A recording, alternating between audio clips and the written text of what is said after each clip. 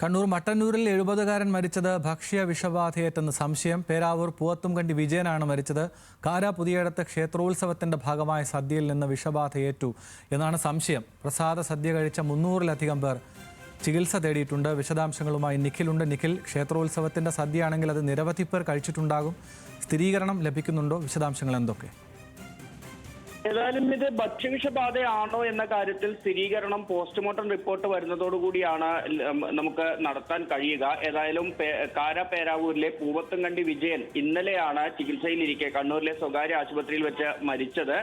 5-6 ഈ മാസം 5-6 തീയതികളിലായി നടന്ന കാര പുതിയടത്ത് മടപ്പുര മുത്തപ്പൻ ക്ഷേത്രോത്സവത്തിന്റെ ഭാഗമായി ഇത്തരത്തിലൊരു പ്രസാദ സദ്യ ഉണ്ടായിരുന്നു. ആ പ്രസാദ സദ്യ കഴിച്ച നിരവധി പേർ കണ്ണൂർ, തലശ്ശേരി, മട്ടന്നൂർ എന്നിവിടങ്ങളിലെ ആശുപത്രികളിൽ 7-ാം തീയതി മുതൽ ചികിത്സ തേടുന്നുണ്ടായിരുന്നു. 300-ലധികം പേർ നിലവിൽ ചികിത്സ തേടിയിട്ടുണ്ട് എന്നുള്ളതാണ് വിവരം. ഈ സദ്യയിലെ പച്ചടിയിൽ നിന്ന് വിഷബാധ ഏറ്റു എന്നൊരു സംശയമുണ്ട്. അതിന്റെ സാമ്പിൾ ഉൾപ്പെടെ ആരോഗ്യ വിഭാഗം പരിശോധനയ്ക്ക് വേണ്ടി ശേഖരിച്ച് അയച്ചിട്ടുമുണ്ട്. ഈ 70-കാരനാണ് മരിച്ചത്.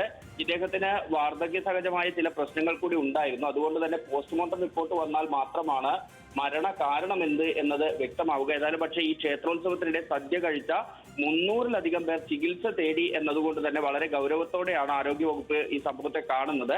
മട്ടന്നൂർ നഗരസഭയിലും ഇതിനെ തുടർന്ന് ജാഗ്രത പാലിക്കാൻ നിർദ്ദേശം നൽകിയിട്ടുണ്ട്. ഇന്ന് പ്രത്യേക യോഗം നഗരസഭ ആരോഗ്യവകുപ്പിന്റെ നേതൃത്വത്തിൽ ചേരുകയും നഗരസഭാ പരിധിയിൽ നടക്കുന്ന പൊതുപരിപാടികളിൽ ഒരു ജാഗ്രത വേണം എന്ന നിർദ്ദേശം മുന്നോട്ട് വയ്ക്കുകയും ചെയ്തിട്ടുണ്ട്.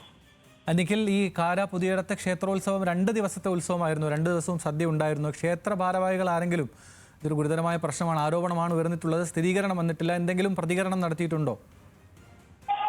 നിലവിൽ ഇത്തരത്തിൽ ക്ഷേത്രം ഭാരവാഹികളുടെ പ്രതികരണം വന്നിട്ടില്ല. കാരണം ഇത്രയധികം ആളുകൾ ചികിത്സ തേടുകയും ഒപ്പം ആരോഗ്യവകുപ്പ് അതുമായി ബന്ധപ്പെട്ട പരിശോധനകൾ നടത്തുകയും ചെയ്യുന്നുണ്ട്. അതിനുശേഷം അവരുടെ പ്രതികരണം ഉണ്ടാകുമെന്നതാണ് നമ്മൾ മനസ്സിലാക്കുന്നത്. 5-6 തീയതികളിലായാണ് അവിടെ ക്ഷേത്രോത്സവം നടന്നത്. ഈ 2 ദിവസവും പ്രസാദ സദ്യ ഉണ്ടായിരുന്നു. അവിടെ നിന്ന് ഭക്ഷണം കഴിച്ച ആളുകൾക്കാണ് വയറിളക്കവും ഛർദിയും ഉൾപ്പെടെ അനുഭവപ്പെടുകയും ആശുപത്രികളിൽ ചികിത്സ തേടുകയും ചെയ്തത്.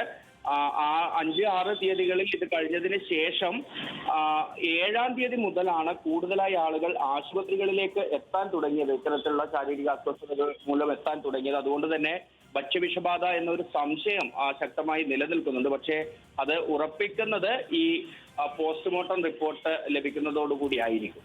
ശരി, നിഖിൽ അളവൂറാണ് കണ്ണൂരിൽ നിന്ന് വിവരങ്ങൾ നൽകിയത്. പരിശോധനകൾ നടക്കുകയാണ്. അന്വേഷണ റിപ്പോർട്ടും പുറത്തു വരേണ്ടതുണ്ട്.